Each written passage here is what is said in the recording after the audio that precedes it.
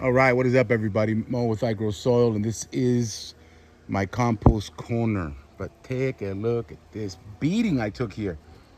Oof.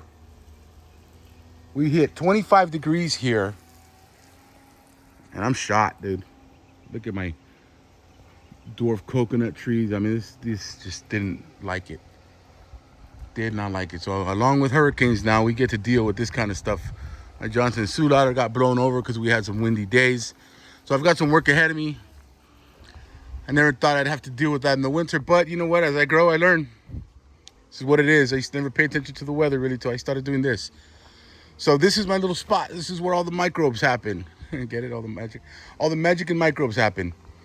Everything here is done with intention. It's done to be specific. This is, for example, me testing a local commercial compost. When I say that I've tested everyone's stuff, I've tested everyone's stuff. And then I'll start inoculating it and see how well it does with my biology and how well biology takes to it. This here is my final product, I guess. This is my super soil or my potting mix. So the life in this, forget it. This is it's inoculated with everything out of my mother pile, and we're gonna get to her soon. Mushroom blocks are a big part of everything I do. And when my compost has mushrooms, this is mushroom compost for the most part. I mean, it's a little bit of everything because diversity is everything, but I've processed mushrooms so many different ways that I can't even begin to explain it. This is my super Haas avocado tree. Again, everything took a beating. This one did well though compared to everything else because a lot of my stuff died. Or maybe, hope it comes back. I'll put mushroom blocks in this compost.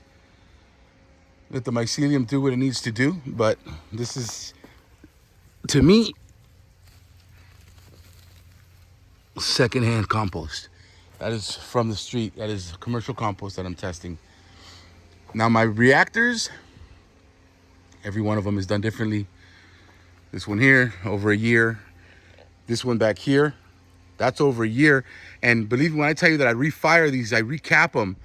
So I like this one here. I don't know if I even need to harvest it right now. So I may just compost on top of it again, right?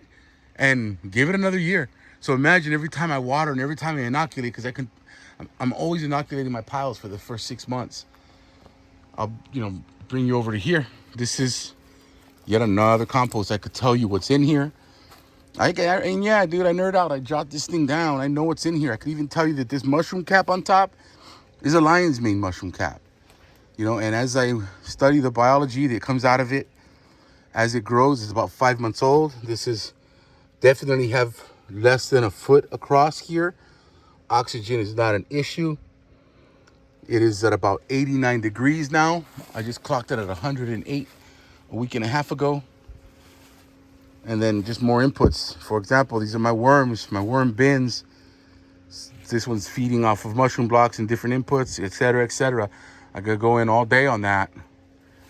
Here I have fermented rice hull inoculations, my humic acids. This is something that I'm saving. I forgot what kind of plant that is, but in the cold rocked everything. Here is my food inputs. So I bring them in from the outside, and I don't trust these inputs outside. These inputs, we don't know what they were grown with. These things, they'll use glyphosate, and they'll use herbicides, pesticides. I don't want that in my system. So I need to compost. I need to put that in the hands of the microbes, man. Let the microbes process these foods. I use things like, this is an inoculation point, one inoculation point for me, right? Something like bentonite clay here where I'm cooking it up. EM Rose ceramics. Why not? We'll hit that. Squid juice. Squid juice has been in everything I use. The reactions I've seen from squid juice in the soil, I cannot not own it. Kelp, my spectrum, my purple non-sulfur bacterial wild flow, Florida strain. And I will bring this stuff here. Let me show you. I'll dump it in here. Actually, let's do it. This is my long video. So these things are violent. These are blades. I found them online. I've been using them. I've been learning how to use them because I've busted a couple blades, but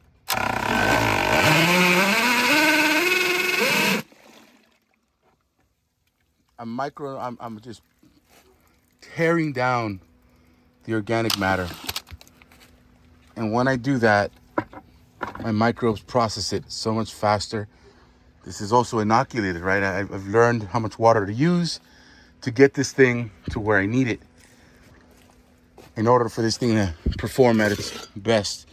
So I'm not busting through blades. Otherwise, it wouldn't be worth it if I have to keep buying blades. So we'll see. Another pile. Look at the fungus growing already in it. This is only 3 months in. But this was a bokashi pile. That's why I can rock it in a 25 gallon. That's already been broken down by microbes. This thing under the microscope is insane. I don't want to go there. I'll make that video and share it one of these days. Another old pile here. If I don't need it, I do what I call a refire. I refire it. I will set up a whole other compost on top of it. And as I water in and I inoculate the top of this compost, all those nutrients are going to go down to the second level of this thing. This is another one. This is my phase. This is ready to harvest. Look at it. I didn't even put worms in here, and it doesn't even have holes in the bottom. If you know anything about my phase compost, there's no holes down there. This is my mother pile. Everything comes here at some point. Some of everything. I need a bigger one. I need 2 of them, but it's time to move up. The level of biology here is the level of biology and all of these things. For those that know me, I am all about it. My microbes are loved here. They get it all. You know, and my worms. Look at here. This is ready to harvest. We're talking. It's got you name it, it's got it in there. Look at all the eggs, man. The worms again. Worms showed up here. I didn't put worms in here. How? I have no idea. I give up thinking about that. But this is another straight bokashi composted recompost. And why am I recomposting, dude? Because these microbes are gonna solve these toxins. You give them time, they're gonna figure them out, and they're gonna eradicate them, bro. And they're gonna turn them into water and CO2. There's another one there. These are bioreactors. All of these bioreactors have a purpose. They all, again, have intention. I know what goes in them. I know how I water them. Some of them, like that far corner one. Bro, that thing, you see how low that is?